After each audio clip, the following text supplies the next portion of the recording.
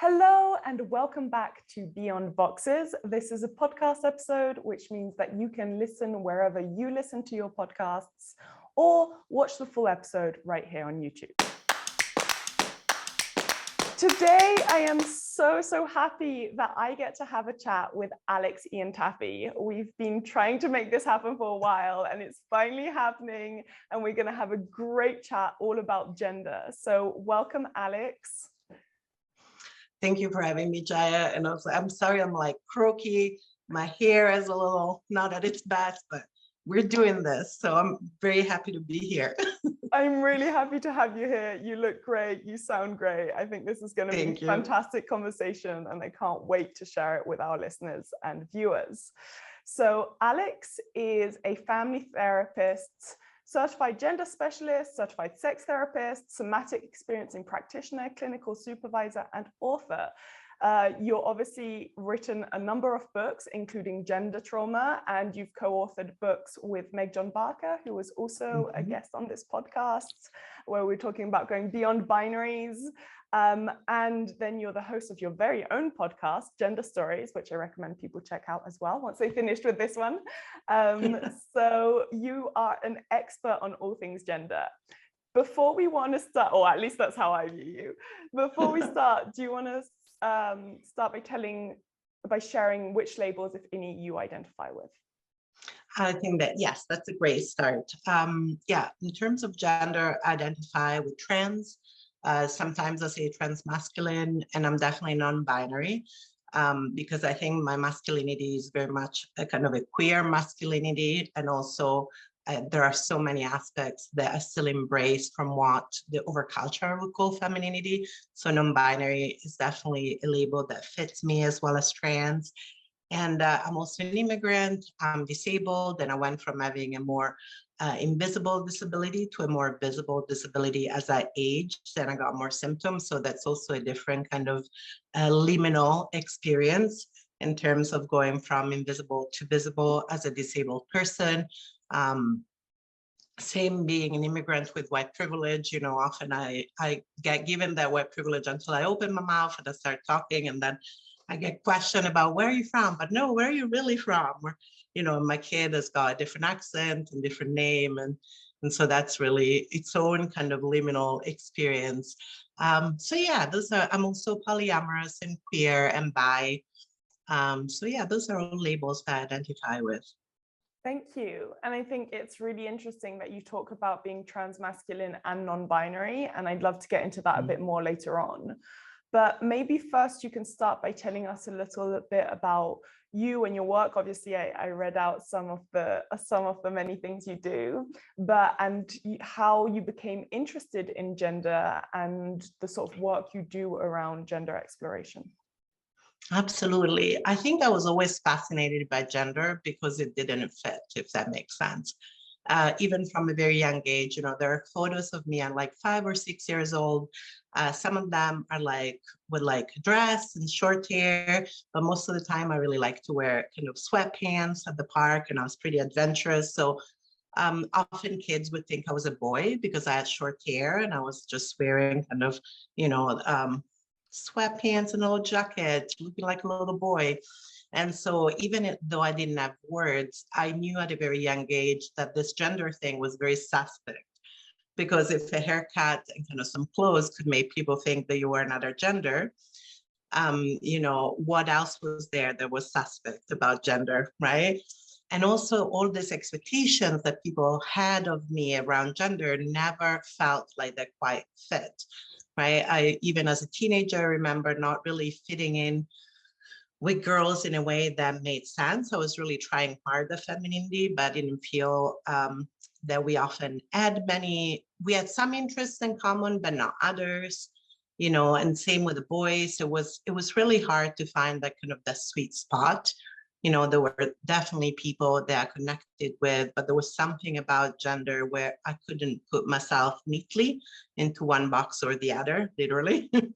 And so I think that even though I didn't have language for this, I was always fascinated by this. And lately, I was talking to one of my partners and about neurodivergence, and I was like, well, I don't have a special interest. And I went, and God, my special interests are humans. I have been fascinated by humans because nothing makes sense for so long. And I'm starting to realize now, that's why I pursued kind of being a therapist and really trying to understand families, and, did a PhD in what used to be called women's studies and now would be called gender studies.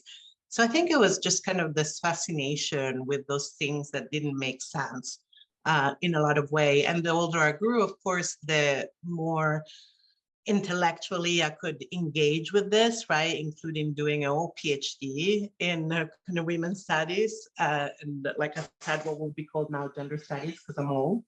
And so that's kind of how I got fascinated by gender. Well, thank you for that introduction. I think that's really interesting. And I love what you were talking about how your interest is humans and things that don't really make sense, which, I think describes humans pretty well. But especially when you're talking about gender and just noticing even from a young age, how much people projected and how things like wearing slightly different clothes and having your hair slightly differently suddenly impacted the way people treated you and perceived you, and how fluid that makes at least the perception of gender. So before we go further into this whole conversation about gender, maybe, and I know this is a big question, but maybe we should actually define gender. Like what on earth are we talking about when we're talking about gender? I think it's a topic that's become so current and yet so confusing. Like, people are like, there's gender, there's biological sex, there's people saying it's a social construct, people saying it's not a social construct. We hear talks about gender identity. I know you and I have talked a bit about the difference between gender identity, gender expression, and gender experience. So I'd love to delve into that a little bit more. But what is this gender thing that we're talking about? What a great question. Well, it's a very confusing word. Because gender not only denotes kind of culturally how we think about this idea of masculinity, femininity, androgyny, agender, right? All of the different ways we think about gender. So there is a vast cultural, social, historical landscape, So gender is also very specific to time and place, right? I think at one point, for example, men in England used to wear like pink, and now they don't, Women didn't used to wear pants by and large in many places on the globe. And in some places on the globe, they did. Some places in most places, I would say, add gender as being more expansive, right? So gender is both this word that describes historical, cultural, and social phenomena around which we organize ourselves, but it's also used as a word to refer to a sense of self. So in terms of gender identity, right? So McJohn and I talk about gender being really a biopsychosocial construct, which I know it's a really large word, but biological in the sense that there are some characteristics that have been gendered. And I say have been gendered because they're not naturally gendered. At some point, scientists have decided to label certain chromosomes as gender, that they decided to label some primary sexual characteristics as having a gender, but that didn't need to be labeled in that way. We could have picked other things to differentiate between us humans, right? And so there are some biological characteristics, not just primary and secondary characteristics, but also kind of chromosomal characteristics that we have gendered. So that's the biological. The psychological is that sense of self and how I see myself, how I want to be seen. Does that kind of match expectations in society or not? Is there a dissonance? Is there an alignment in those things? And then the social, of course, is the norms, right? What is expected of me given my gender identity, whatever that is, whether it's aligned with my gender assigned at birth or not, what is expected of me in this time and place from society around me, if that makes sense. So it is a really vast and complex word. I much prefer to talk about gender as a landscape. I love the metaphor of a landscape. It's this idea that gender is so vast, and even if we have visited somewhere, you visit a place and then you go back at a very different time in your life and you have a completely different relationship to that place. I think that gender is a bit like that. The way I express my gender at 6 years old It's not the same way that I express my gender at 50 years old. There are things in common and things that are different. And I think that's true for all of us, regardless of gender identity. And that's the gender expression piece, right? What clothes do I like to wear? How do I like to do my hair, my makeup or not, or how I walk, you know, all of that, kind of the gender expression. Gender identity is my sense of self. And then gender roles are what is society expecting me to do, right? I remember growing up, kind of my elders, you know, my aunt going, keep your legs together. A lady doesn't do this, or a lady doesn't do that, right?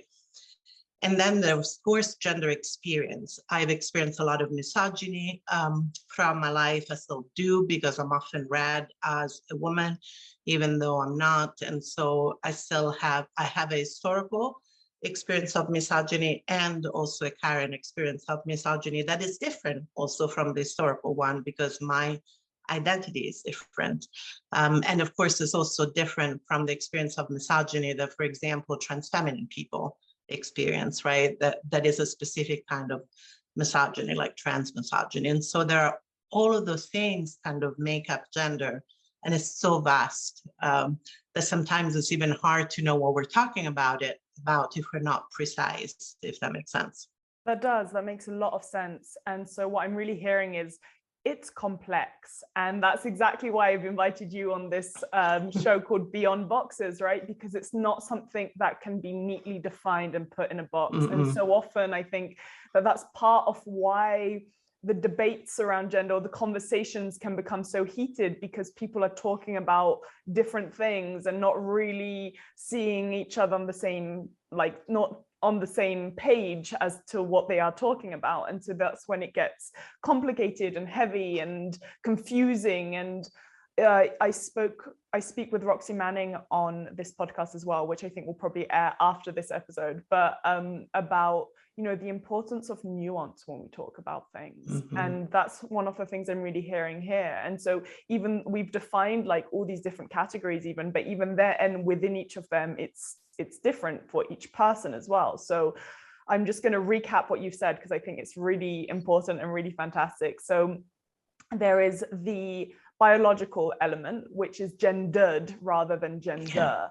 And so that's people are assigning genders to certain biological traits, which don't actually have to be gendered. And maybe you could give an example, because you said people, you know, they could easily have chosen different traits to differentiate ourselves. Could you give an example of what that would look like? That's a good, I feel like I'm not a biologist. I feel like a biologist would be so much better at this conversation than I am. But, you know, for example, there is a great article actually in, I think it's the Scientific American Journal. It's from a few years ago, 2015, that shows how even, you know, we've chosen kind of primary sexual characteristics, genitals, to assign a gender at birth, for example, but chromosomes may or may not match with that. I think one of the examples given in the paper is like, there's a 70-year-old man was like, had children, biological children, and then discovers that actually chromosomally is not male, right? So what does it mean that we've assigned even a gender to these primary sexual characteristics that don't even align with those chromosomes, right? I don't know enough about chromosomal makeup, but we could have used like different chromosomes. We could have decided, oh, here's an example.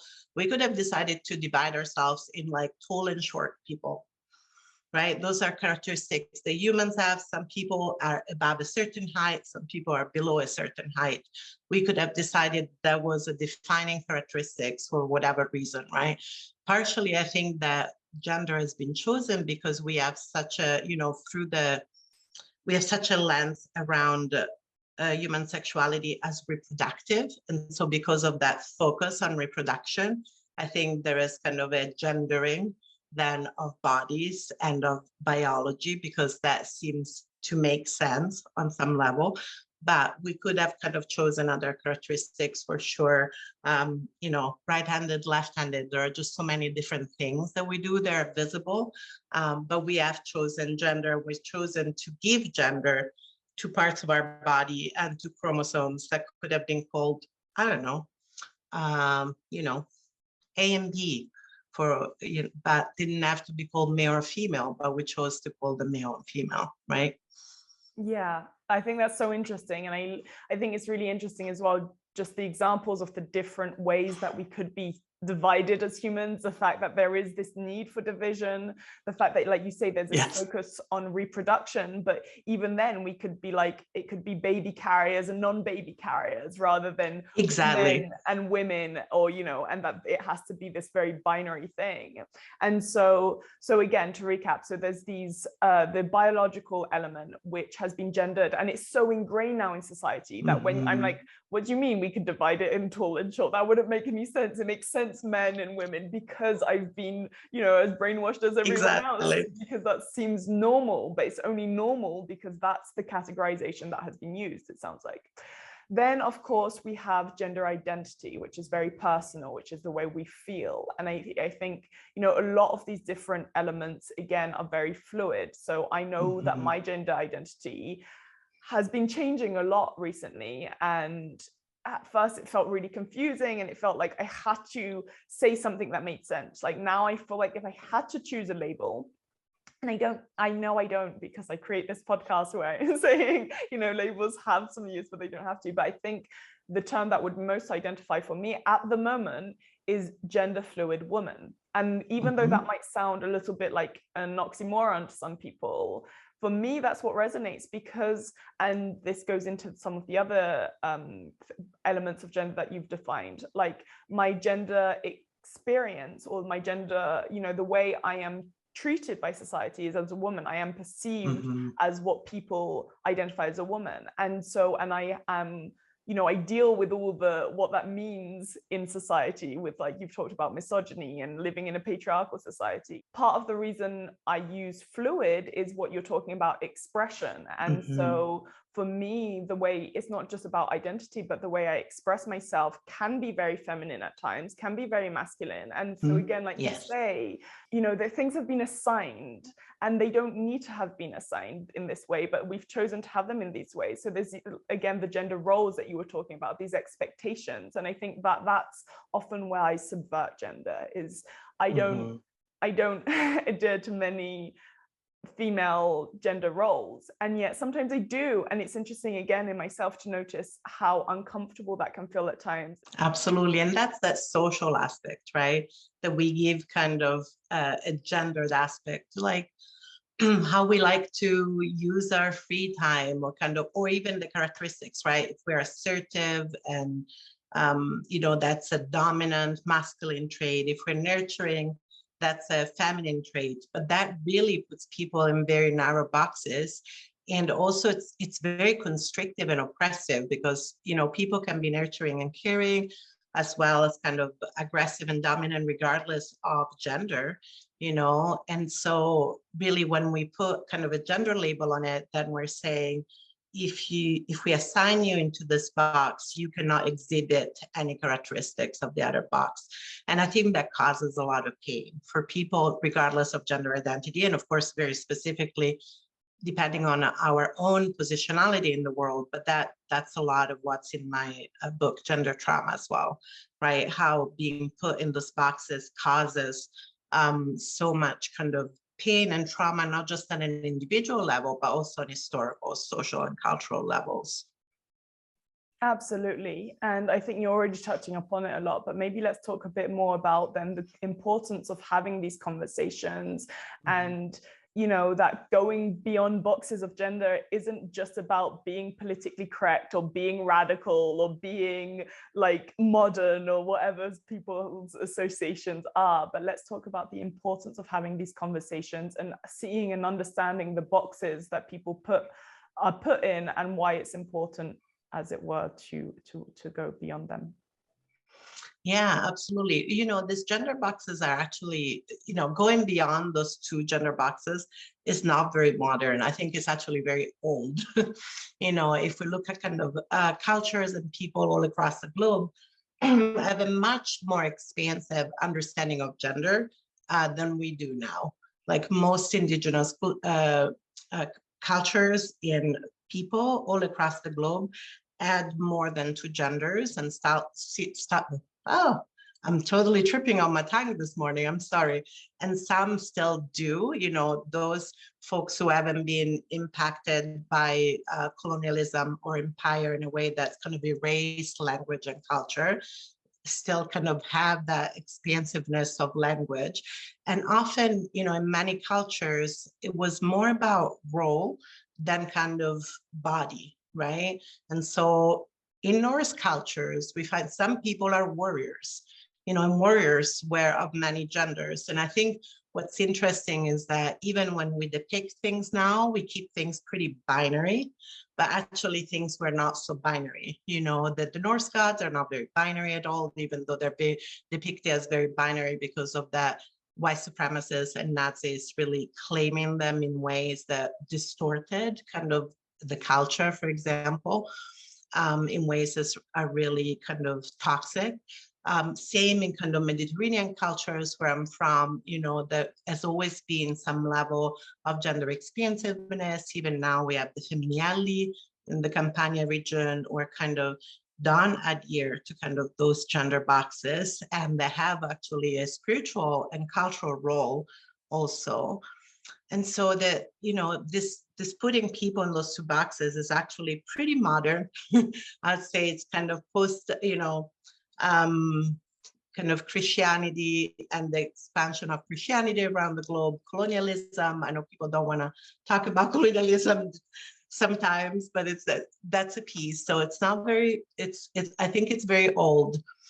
And, but it's so ingrained, this idea of two boxes is so ingrained in us, and it's so important to our sense of who we are, that sometimes people have very, very big reaction.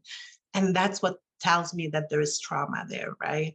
Often if we have a big reaction, bigger than something that's happening in the present, there's probably something historical there, right? And I think with gender, there's so much history, which is why we're seeing just this big kind of reactions and this big struggles. And it's so sad to me because we are all impacted. We're all impacted by putting people in these two boxes in different way, like I said. But when but because of trauma, we find ourselves being so polarized and trying to make it as this or that, if that makes sense, rather than, hang on a minute, how do we think about gender in a way that goes beyond boxes, you know, as this podcast says, and make room for everybody? You know, why can there be room for everybody's gender identity, everybody's gender experiences? Why do we have to constrict ourselves and one another, right?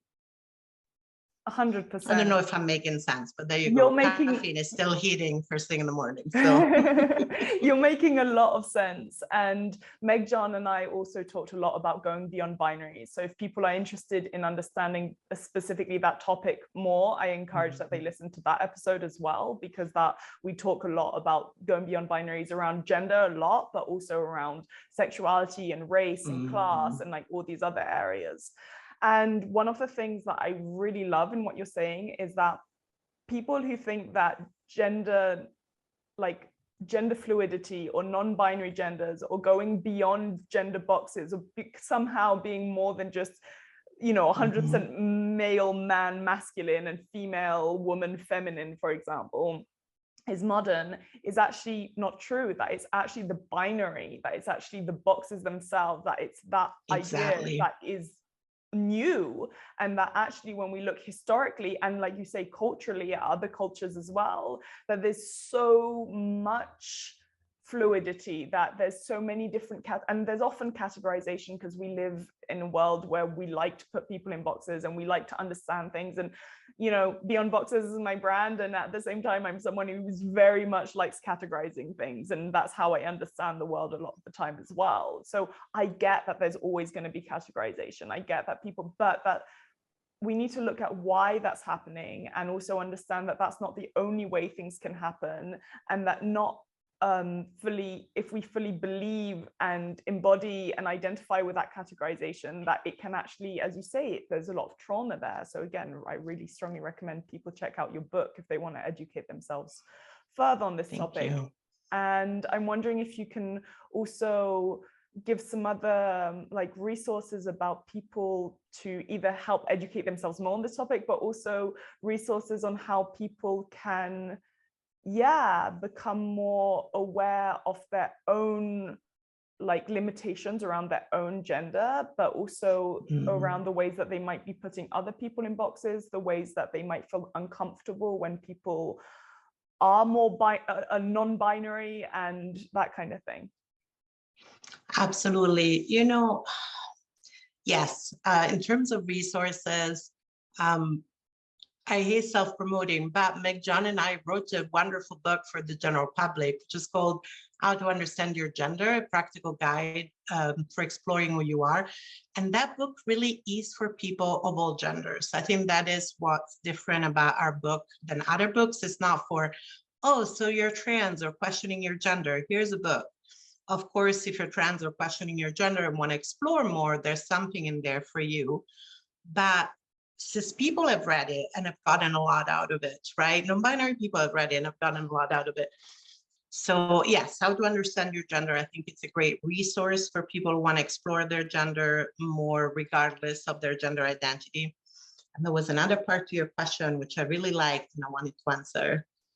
And now I've forgotten. Sorry. Can you ask me the second part of that question again? Yeah, I think I was asking, so there was around resources, both of people who wanted to explore their own gender and limitations that they might have, and people who like feel uncomfortable around other people's gender expressions or gender identities that are maybe more non-binary.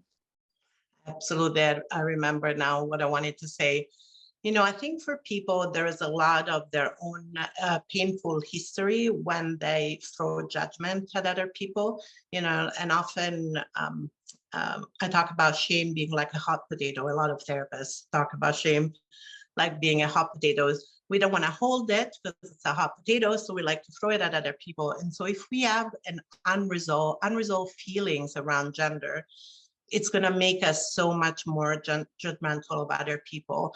For example, I was watching the HBO Max series, We Are Here, which is basically fabulous drag queens going to small town America, right? And talking with queer folks, but really putting on a show at the end of their stay for the whole community to bring the community together. And there's a lot about families, right?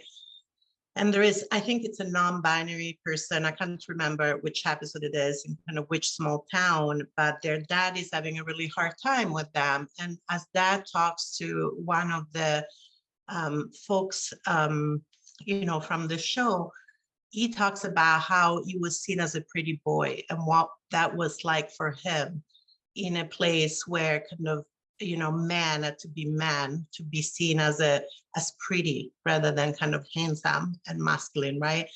And so there is some unresolved stuff there in his kind of inability to step into doing drag with his child, for example, right? They don't go into a lot of depth, but as a therapist, I definitely caught the moment. I went, there's that shame. There's that shame that doesn't allow you to embrace your child in the way you want to embrace them, because this is a good, loving family. This is a good, loving dad, but he has so much unresolved in terms of gender within himself that it takes him a minute to really be able, and he can only go so far, right? Because he needs to do his own work.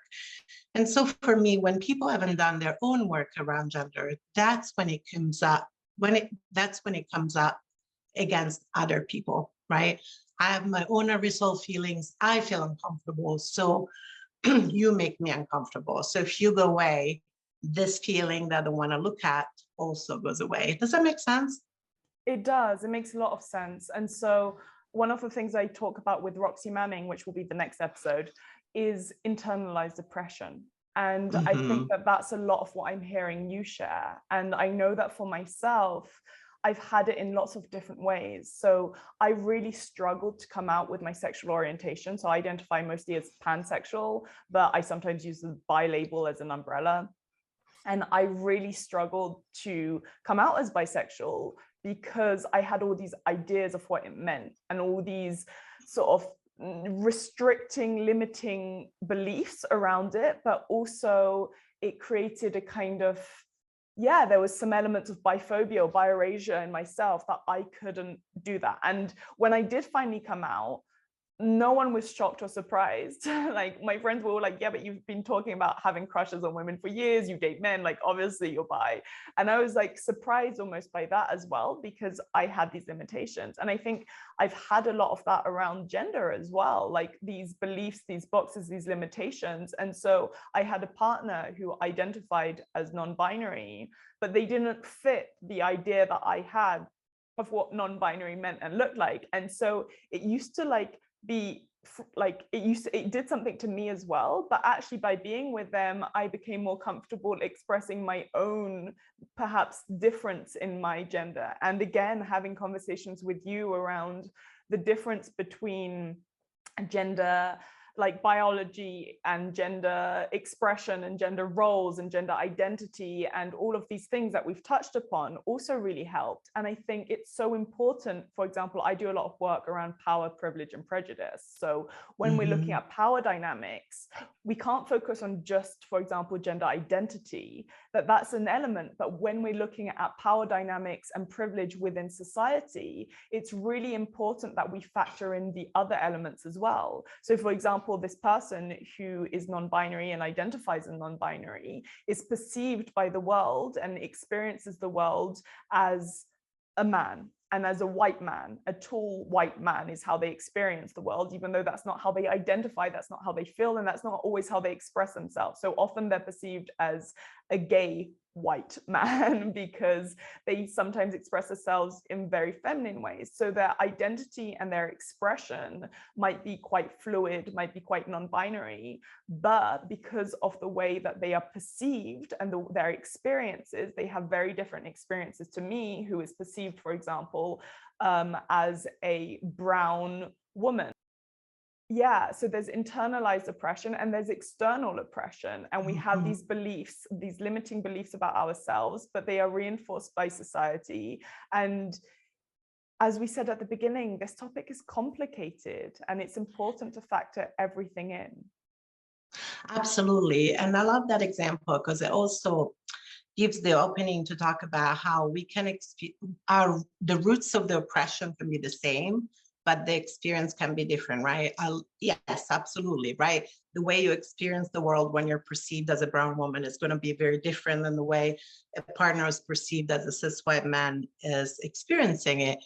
However, if that person is not a cis white man, they're going to experience being attributed male privilege very differently than actually a cis white man, if 100%. That makes sense, right? Because there is erasure and there is not being seen. It's like something that comes up a lot, for example, amongst trans feminine folks, you know, and I'm not a trans feminine person, so I don't want to speak for siblings in my community, but I think it's really important to talk about this, you know. Often people say to trans women, that's because you were socialized male, or you were brought up male, or you experienced this privilege, right? And trans feminine folks have pushed back a lot, saying, no, I was forced into this category, which was painful and traumatic, and it meant maybe for some people hiding or suffering or having increased suicidality, right? If they were a cis man, that would have been a very different experience, right? So even this idea, yes, there is socialization, but what I like to think about in terms of queer and trans and non-binary folks, we were forced into a certain type of socialization, and the impact that socialization had on us is very different than it is for cis straight people. Does that make sense? So that the roots of the oppression is the same, but the impact very, very different, which doesn't mean that we don't have some shit to deal with in terms of internalized cisgenderism. Can I say shit on your podcast? Yeah, anyway, I just did twice. So there you go. So we have some internalized stuff to deal with in terms of cisgenderism, but we also need to acknowledge that it is, and that's complex, right? Because trauma makes us want to be like, well, I want to put this box here and I want to put this box here. And it's like, it's much more fluid. And sometimes there are places where things touch and diverge constantly. I don't know, am I making sense? Yes, I'm not only are you making sense, but I am so glad you brought that piece in, because I think you have summarized and very eloquently described something that I often try and talk about, which is what I refer to as like in-betweenness. So yes, having privilege needs to be acknowledged, but sometimes that privilege, if you're in between categories, can feel, like you say, like uncomfortable, and there's the impact of it will be different to some. So for example, like I'm very multi-ethnic, right? So I have light skin privilege compared to some of my Black family members and friends, for example. And I also am a more like oppressed, as it were, and or have less privilege than like my white family members and friends. And yet there's this confusion and complication where when I speak to, for example, my Black friends, they have this sense of belonging, and the way that they're perceived, it's clear, you know, in a way that I don't have. And I think that sometimes comes up around sexuality as well. With being queer, it comes out up a lot with my disability, because similar to you, I'm disabled, and it's presenting more invisibly at the moment. It fluctuates at different times of my life. Again, with all these topics, there's so much nuance. And that's one of the things that people who are listening to this podcast, I really want people to get. This is why it's called Beyond Boxes, because there is a need for nuance and for conversations. This is why I have conversations with people about these topics and get people to listen into these conversations, so that we can understand that life is complicated, but that we need to connect, and we need to understand each other, and we need to understand that a non-binary person's experience who is perceived as a white cis, and we've used cis a few times, so just to define that. Your gender assigned at birth aligns with your gender identity. Thank you. And so like that their experience is going to be different to that, both of an actual straight cis man and often an other non-binary person who is perceived as like a brown woman, for example, or a Black woman. And so I think I'm really, really glad you brought that piece in. And I hope that people listening and watching understand the importance of this, and how, like you say, the difference between, it's all the same systems of oppression, and yet the impact and the experience of those systems will be different. And again, even when we're talking about, for example, privilege or like systemic privilege, there is nuance, because there is there's the systemic element, there's the personal element, there's the impact, there's the identity, there's the experience, there's all these different things feeding into it. And so, of course, we're all traumatized these days. We all have a lot of trauma that we need to look at. And again, we can't, I've had chats about gender, I've had chats about sexuality, I've had chats about race, but this is also why intersectionality is so important, because they're all feeding into each person's experience. And intersectionality isn't just the intersections of, for example, marginalization or oppression, but also the intersections where some of us have privilege and others don't. So I know that I do have privilege in the sense that people perceive me as cis and straight, even if I'm not. So again, I'm really glad you brought that in, and I just wanted to add that.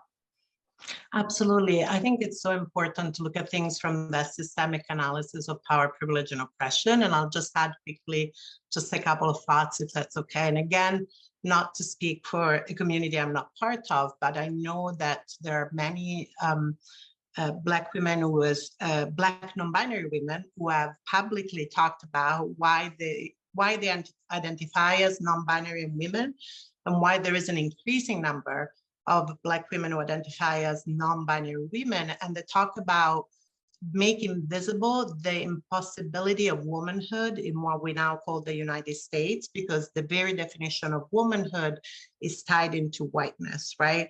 And so to be a Black woman in the US is to step into an impossibility unless, there is a uplifting, right, of whiteness.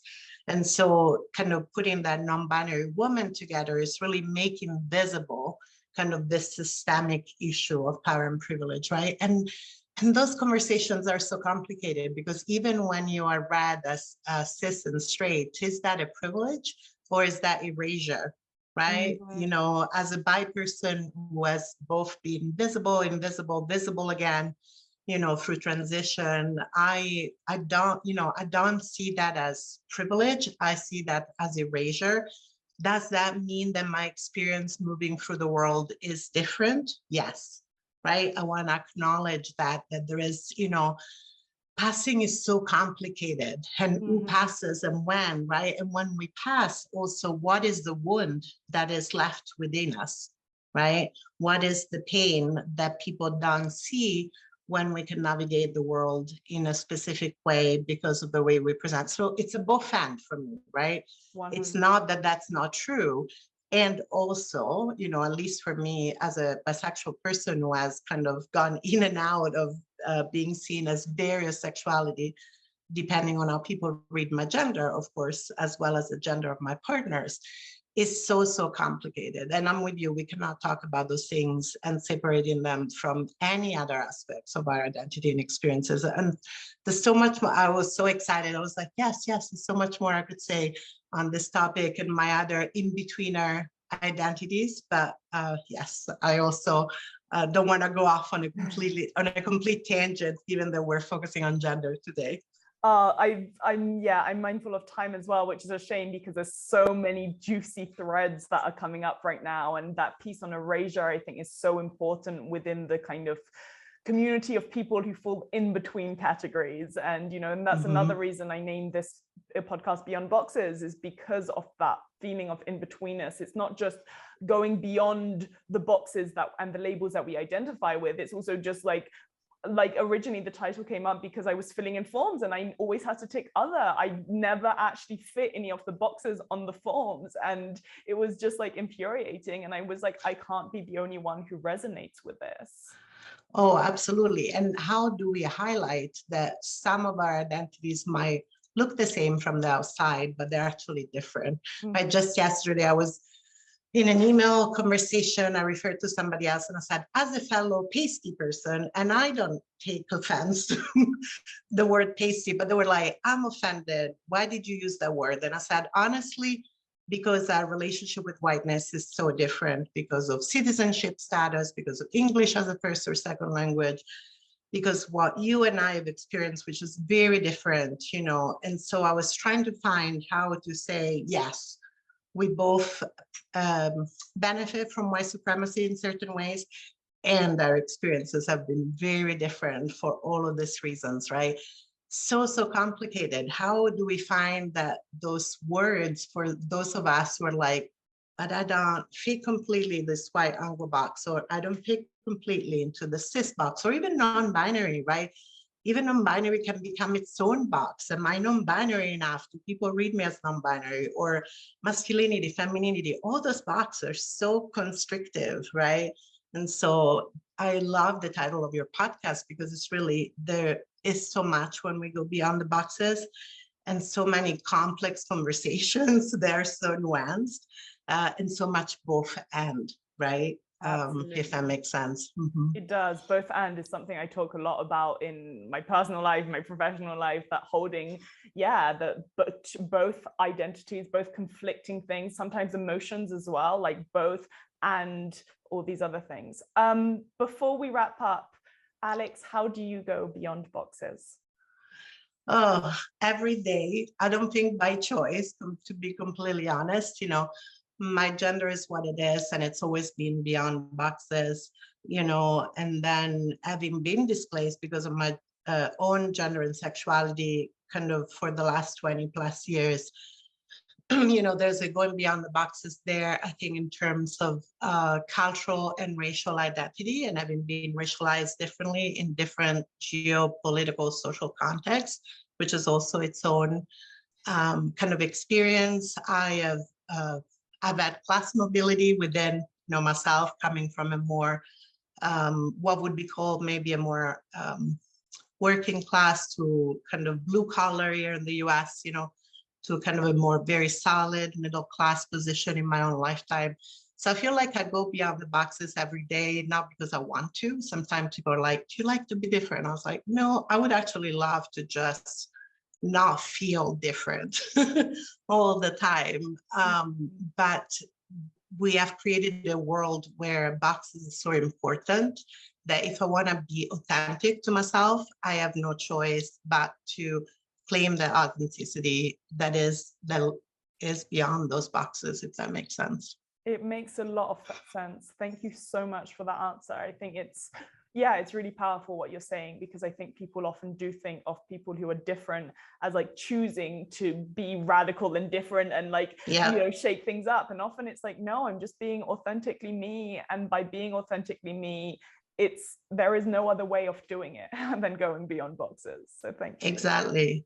And I guess the only other thing that I say is, as well as being authentically me, I try to use my privilege to be outspoken about who I am, and to hopefully make space for more people to be able to claim their authenticity. And that does come from privilege, educational privilege, light skin kind of privilege, all those privileges that I do have, I try to use to make sure that other people can be authentic and beyond boxes.